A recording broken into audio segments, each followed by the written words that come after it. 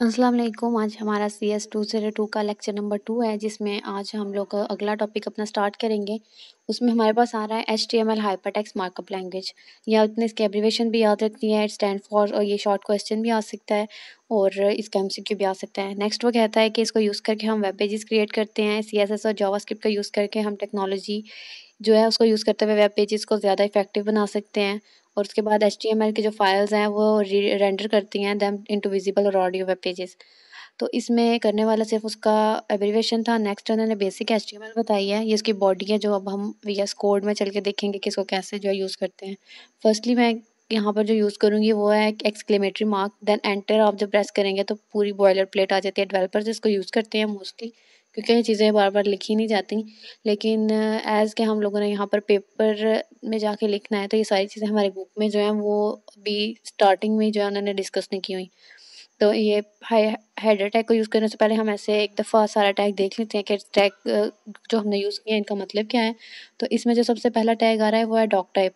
ये जो doc type है ये HTML है। ये टाइप आपको बतानी लाजमी है। लैंग इज इक्वल टू, ये जो EN लिखा हुआ है ये यहाँ पर लैंग्वेज HTML टैग यूज़ हुआ है कि वो लैंग्वेज बता रहा है कि हम इंग्लिश लैंग्वेज जो है वो यूज़ कर रहे हैं। ये हेड टैग है।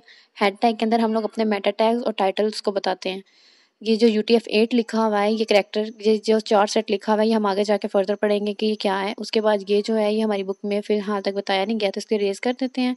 और नेम, व्यू पोर्ट, बैंडविड्थ वगैरह ये सब कुछ हम लोग अभी यूज़ नहीं कर रहे, क्योंकि ये बुक में बताया नहीं गया। लेकिन इसको लिखने का मकसद सिर्फ इतना है कि हम लोगों ने इसको लिखना है ताकि हमारी बैंडविड्थ ठीक रहे। और टाइटल के अंदर हम डॉक्यूमेंट लिखते हैं, डॉक्यूमेंट जो हमारा ऊपर शो होता है। नेक्स्ट बॉडी टैग है और HTML। बॉडी के अंदर हमारी सारी बॉडी है और HTML टैग जो है वो ऊपर डॉक टाइप से ही जो है वो स्टार्ट हो रहा है। हेडिंग टैग्स लिखते हैं, मैंने पहले ही कॉपी करके रख लिए थे क्योंकि लिखते हुए टाइम लगता है। अब हम देखेंगे कि H1 H2 H3 6 heading tags हैं और ये वेरी करते हैं 6 के 6। अब हम इसको गो लाइव पर जाके देखेंगे इसका रिजल्ट क्या आता है। तो गो लाइव पे भी इसकी स्टार्टिंग हो रही है, तो हमें शो हो गया है कि जैसे आप देख सकते हैं कि H1 H2 के अंदर जो जो हमने हेडिंग्स दी थी वो कैसे जो है वो शो होती है। जूम करके दिखाती हूँ, ये देखें H1 H2 और H3 H4 H5 और 6, ठीक है। इन सब के अंदर हर साइज में और बोल्ड है, कुछ नहीं है। आपने ये बात याद रखनी है कि हेडिंग टेक्स्ट को अपने टेक्स्ट को बड़ा करने के लिए और बोल्ड करने के लिए यूज़ नहीं करना। ये MCQ में भी पूछ सकते हैं, इस बात का ख्याल रखिएगा। उसके लिए अलग से टैग होते हैं।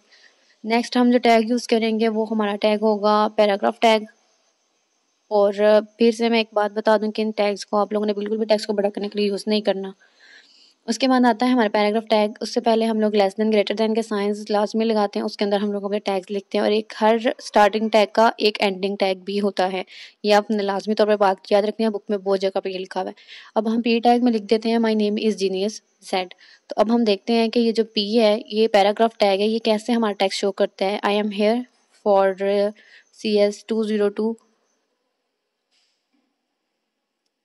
ETC। तो अभी इसको हम गो लाइव पे चल के देखते हैं कि पैराग्राफ टैग को वो कैसे शो करता है। हेडिंग टैग्स को तो हमने हेडिंग देख के बता दिया था। याद रखें कि हेडिंग टैग्स में जो H1 H2 और H3 है, ये सारा जो है वो गूगल या फिर हमारे जो साइट है वो इन चीज़ों को टेस्ट करती है। जो चीज़ सबसे ज़्यादा इंपॉर्टेंट होती है उसको पहले शो करती है, इसलिए H1 सबसे बड़ी हेडिंग है। इसको कभी भी टेक्स्ट को बड़ा करने के लिए यूज़ ना करें। जैसे हमने देख लिया पैराग्राफ टैग कैसे यूज़ हुआ था हमारा, तो ये नॉर्मल टेक्स्ट था हमारा जो उसने पैराग्राफ में हमारा शो कर दिया। उसके बाद आ जाती है इमेज टैग। उसके लिए भी हमारा जो साइन है वो हम यूज़ करेंगे। इमेज के लिए IMG यूज़ करते हैं हम लोग, तो ये इमेज का टैग बनता है, ठीक है। उसके बाद SRC सोर्स हम यूज़ करते हैं। उसके बाद कोटेशन मार्क्स हैं, उसके अंदर हम लोग उसका लिंक दे सकते हैं। ये लिंक हम अपनी फाइल के अंदर से भी दे सकते हैं और फाइल के बाहर से भी दे सकते हैं। अगर फाइल के अंदर से लेना है तो उसके लिए मैं एक बैकस्लैश यूज़ कर रही हूँ और उसके साथ मैं यूज़ कर रही हूँ डिस्काउंट सोफा .png। ये जो मेरे पास आप देख सकते हैं कि पहले ये फाइल जो है वो VS में है, तो ये फाइल मैंने अपने पास से जो है वो यूज़ की है। तो ये देख सकते हैं कि आपको एक पिक्चर जो है वो शो हो रही है।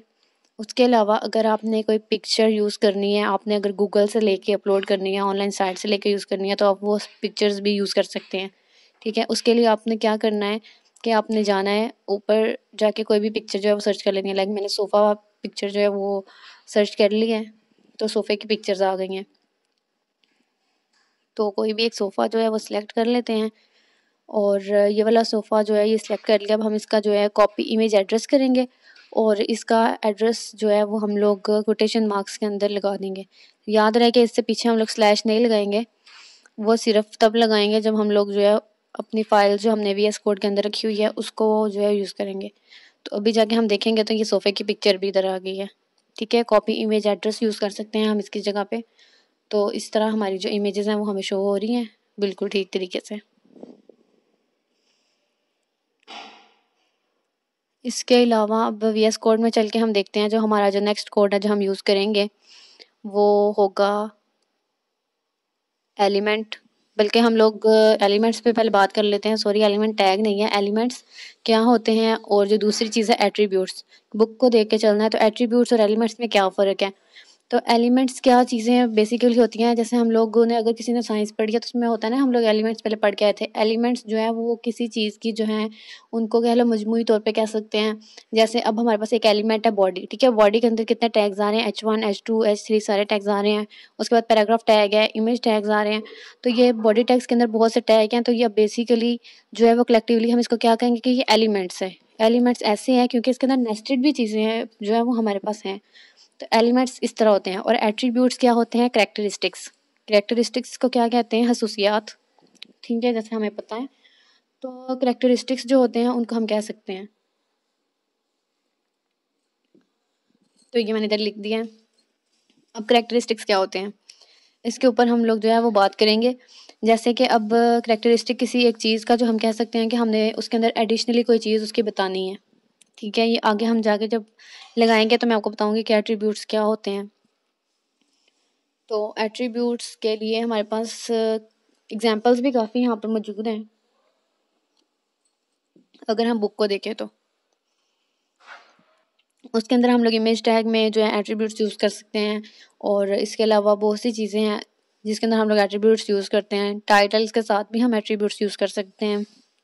एट्रीब्यूट हमारे पास होता ही है कि हम लोग किसी चीज़ के बारे में जो है वो ज़्यादा इन्फॉर्मेशन देना चाह रहे हैं। ठीक है, जैसे अभी मैं यहाँ पर यूज़ करने लगी हूँ ऑल्ट, ये एक एट्रीब्यूट है। एट्रीब्यूट का मतलब होता है कि उसने एडिशनली कोई एक जो है उसकी इन्फॉर्मेशन हमें बतानी है। ठीक है, जैसे डिस्काउंट सोफ़ा था, मैं सोफ़े का लिंक ख़राब कर दिया और मैंने ऑल्ट लगा के इमेज सोफ़ा लिखा है। तो जैसे बेसिस यहाँ पर तो शो नहीं हुआ, सॉरी, मुझे नीचे वाली इमेज जो है वो डिलीट करनी पड़ेगी। तो मैं इसको इरेज कर देती हूँ। और अब देखिएगा जैसे मैंने लिंक उसका ख़राब कर दिया है तो यहाँ पर लिखा आएगा इमेज सोफ़ा, उसके बाद कैरेक्टरिस्टिक्स लिखा हुआ है उसने, क्योंकि वो हमने रेज नहीं किया। तो यहाँ पर क्यों आ रहा है? बेसिकली जब हमारा सर्वर स्लो होता है या लिंक ख़राब हो जाता है तो ये जो एट्रीब्यूट्स हैं ये एडिशनल कैरेक्टरिस्टिक या एट्रीब्यूट्स हैं जो ये बता रहे होते हैं कि यहाँ पर जो चीज़ थी जो भी शो नहीं हो रही है, लोड नहीं हो रही, वहाँ पर क्या लगा हुआ है। तो हम यहाँ पर ये ऑल्ट लगा रहे हैं, एट्रीब्यूट है। एट्रीब्यूट क्या है? जो एडिशनल इन्फॉर्मेशन देता है। तो वो ये बता रहा है कि यहाँ पर एक सोफ़े की इमेज लगी हुई है। ठीक है, इसके अलावा और कोई काम नहीं है। तो इसके अलावा भी बहुत से यूज़ करते हैं हम लोग एट्रीब्यूट्स। तो अभी हम लोग आगे चलते हैं, हम लोग लिंक यूज़ करेंगे href। ये एक एट्रीब्यूट है जो हम लोग यूज़ करते हैं लिंक्स को लगाने के लिए। ठीक है, इसके लिए हम लोग इसको href भी कहते हैं और इसका जो नाम ठीक है वो एंकर टैग है। ठीक है, ये ऐसे है नहीं जैसे इसने लिख दिया है, सॉरी, लेकिन इसको एंकर टैग कहते हैं। इसको लिंक्स को अपनी साइट में लगाने के लिए यूज़ करते हैं और इसमें href भी एक एट्रीब्यूट ही कह सकते हैं जो हम यूज़ कर रहे हैं इसलिए ताकि हमने इसके अंदर लिंक लगाना है। अब मैं लिख रही हूँ www.google.com क्योंकि ये लिंक गलत है, ये हर किसी को पता है। अगर मैं ये कर रही हूँ तो ये चलेगा नहीं। अब आगे हम लिख लेते हैं गूगल ताकि वो गूगल बाय शो करे और हम उसको क्लिक कर सकें। तो अब अपनी साइट पे चलते हैं।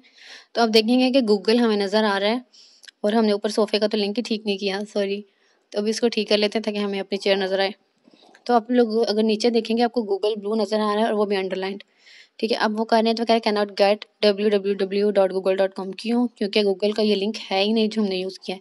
क्योंकि आपने देखा होगा कि वो शुरू में HTTPS वगैरह लगाते हैं। तो अगर हम ये ऐसे लगा रहे हैं ये भी अभी गलत होगा। मैं ये बताने की कोशिश कर रही हूँ कि एक छोटी सी गलती भी जो है हमारा लिंक वो नहीं चलाती। अब इसमें भी जो गलती है वो आपको मैं बाद में बताऊँगी। ये भी देखिएगा कि लिंक कैसे चलता है या नहीं। अभी भी ये लिंक नहीं चल रहा। क्यों नहीं चल रहा? क्योंकि ये भी अभी गूगल का लिंक नहीं है। इसमें एक माइनर से भी अगर आप चीज़ छोड़ देते हैं ना तो वो इस बात के बारे में बताती है कि ये लिंक नहीं चलेगा। ठीक है, अब हम गूगल को ओपन करते हैं तो गूगल का लिंक जो है हम गूगल से कॉपी करके लाते हैं। तो आप देखेंगे कि जो इसका एग्जैक्ट लिंक होगा वो चलेगा। अगर इसके अंदर कोई एक डॉट से आता है, एक डॉट कॉम है, तो वो लिंक्स नहीं चलते। अब देखें HTTPS था, ठीक है, और कॉलन्स की भी जगह चेंज हो गई है तो ये अब गूगल चल गया है जो हमने अपनी साइट से चलाया था वहीं से। और अब हम आगे चलते हैं। देखें अब गूगल का लिंक ठीक है तो वो चल गया। गूगल जो आपने आगे लिखा है वो स्क्रीन पे शो होगा और पीछे उसका लिंक जो है उसके साथ अटैच्ड है। इसके बाद आगे हम लोग जो अब यूज़ करने वाले हैं उस लिंक का नाम एक दफ़ा मैं बुक से देख लूँ।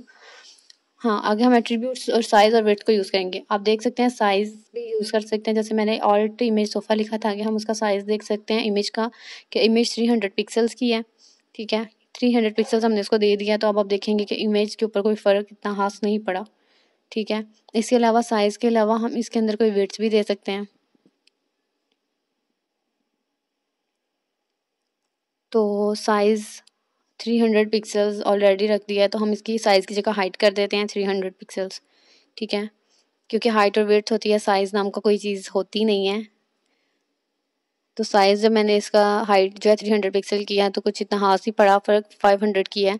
तो इसमें थोड़ा-सा जो फ़र्क है वो नज़र आ रहा है, ठीक है। इसके अलावा मैं इसके अंदर थोड़ा-सा एक और चेंज करती हूँ विड्थ का, कि हम लोग इसकी जो विड्थ है वो भी चेंज करके देखते हैं। सॉरी कोटेशन मार्क्स तो मेरे से रेज़ हो गए हैं। तो आगे हम लगाते हैं विड्थ। हाइट और विड्थ जो है वो साइजिंग के लिए यूज़ होते हैं, साइज़ टैग यूज़ नहीं करना। मैंने पहले इसीलिए यूज़ करके दिखाया है कि साइज़ पूछें तो साइज़ टैग ही नहीं कोई करके आ जाना, गलत होता है। ये देखें अब इसकी जो अलाइनमेंट है और इसकी जो सारा उसका जो चेयर का जो स्ट्रक्चर था वो सारा ख़राब हो गया। उसकी हाइट कहाँ पे जा रही है, उसकी विड्थ भी ख़राब हो गई है। जैसा ये सोफ़ा नज़र आ रहा था पहले हमें, वैसा वो सोफ़ा हमें नज़र ही नहीं आ रहा। तो इसके बारे में भी जो है वो ख़्याल रखना है कि जो हमारी चेयर है उसकी साइज़ को ऊपर नीचे करते हुए उसकी हाइट विड्थ को जो है ध्यान से जो है वो चेंज करें। आगे आ रहा है सिंगल और डबल कोटेशंस। सिंगल और डबल कोटेशंस हम लोग बेसिकली यूज़ कैसे करते हैं, जैसे भी आपने देखा ऊपर हमने सारी जगह डबल कोटेशंस यूज़ किए हैं। तो इसके बारे में भी एक रूल उन्होंने बुक में बताया हुआ है कि अगर कोई चीज़ है उसको आप यूज़ कर रहे हैं, ठीक है, उसके अंदर अगर मैं इसको ज़रा जूम कर लूँ, खैर आगे हम चलते हैं। तो डबल कोटेशंस है। डबल कोटेशंस के अंदर अगर आप कोटेशंस यूज़ करना चाहते हैं, डबल कोटेशंस होती हैं और सिंगल कोटेशंस होती हैं। ये दो ही कोटेशंस है हमारे पास, ठीक है। अगर आप डबल कोटेशंस यूज़ कर रहे हैं, नेम लिख लिया हमने, name is equal to something और डबल कोटेशंस हमने लगा दी हैं और उसके अंदर मैं लिख देती हूँ स्मिथ, ठीक है। डबल कोटेशंस जो हैं वो क्लोज भी कर दूँ। तो अगर आप देखें तो मैंने स्मिथ लिख दिया है डबल कोटेशंस के अंदर। अगर मैंने स्मिथ के आगे कोई और कोटेशंस यूज़ करनी है डबल कोटेशंस के अंदर, तो हम स्मिथ के आगे जो जॉन लिखेंगे उसके आगे अंदर हम लोग सिंगल कोटेशन लगाएंगे, यानी डबल कोटेशंस के अंदर आप डबल कोटेशन यूज़ नहीं कर सकते और सिंगल कोटेशंस के अंदर आप दोबारा से सिंगल कोटेशंस भी यूज़ नहीं कर सकते। ये एक रूल है, बुक पे लिखा हुआ है, आपने इस बात को याद रखना है। ये एमसीक्यूज़ में वो पूछ सकते हैं। उसके बाद हमारे पास जो अगला टैग आ रहा है वो हॉरिजॉन्टल लाइन है, कि उसके लिए हम एचआर यूज़ करते हैं। इसका नाम हॉरिजॉन्टल लाइन है कि ये कोई भी लाइन जो है वो डाल देती है हमारी साइट में, जैसे गूगल के नीचे लाइन डल गई है तो हम ना इसके अंदर कुछ और लाइंस डाल के देखते हैं कि एक जगह जगह जो है लाइन नजर है। हमारा सोफ़ा जो है हमने ठीक नहीं किया अभी, तो भी ठीक कर लेंगे। यहाँ पर मैं हॉरिजॉन्टल लाइन लगाती हूँ हेडिंग्स के बाद और इसको जूम आउट करती हूँ तो देखें आपको एक लाइन लगी नज़र आ रही है 6 के नीचे, हेडिंग 6 के नीचे। तो ये हॉरिजॉन्टल लाइन है जो एचआर टैग को यूज़ करते हुए हम लोग जो है वो लगा सकते हैं। और इसके बाद हम लोग ने हेड टैग जो है उसके बारे में हमने बात कर ली थी। उसके अंदर डॉक्यूमेंट जो लिखा हुआ है, इस डॉक्यूमेंट के अंदर मोस्टली वो कहते हैं आप अपनी गूगल आईडी यूज़ करें, ठीक है, जब आप असाइनमेंट्स बनाते हैं। तो अगर आप टाइटल के अंदर जीनियस जेड में लिख रही हूँ तो अगर आप एक चीज़ नोटिस करेंगे, अगर मैं इसको कंट्रोल एस करके सेव कर रही हूँ, जाके देख रही हूँ, वो ऊपर देखें जहाँ पर मैंने टैब ओपन किया है वहाँ पर लिखा हुआ आ रहा होगा जीनियस जेड, ठीक है। यहाँ पर वो मोस्टली आपसे कहते हैं कि अपनी वी की आई को यूज़ करें। तो वी आई मैं यहाँ पर लिख देती हूँ ताकि जो है हम आगे याद रहे हमें। वो ऊपर देखिए आपको VUID लिखा हुआ नज़र आ रहा है। तो ये इसकी जो है ना वो बेसिक्स थिंग्स हैं। असाइनमेंट्स की भी जो मैं क्लियर करवा रही हूँ ये आपने याद रखनी है, तो इनको भूलना नहीं है। CS202 बहुत इजी बुक है, ये मैं पहले बता दूँ, इसमें फुल मार्क्स आते हैं, मेरे भी आए हैं। पूरा 4 CGPA मैंने लिया था इसमें। तो ये आप लोगों ने चीज़ इसका ध्यान रखना है कि ये बिल्कुल भी मुश्किल नहीं है। और नेक्स्ट लेक्चर इंशाल्लाह हम लोग स्टाइलिंग से स्टार्ट करेंगे। मेरे चैनल को सब्सक्राइब करें। Thank you so much.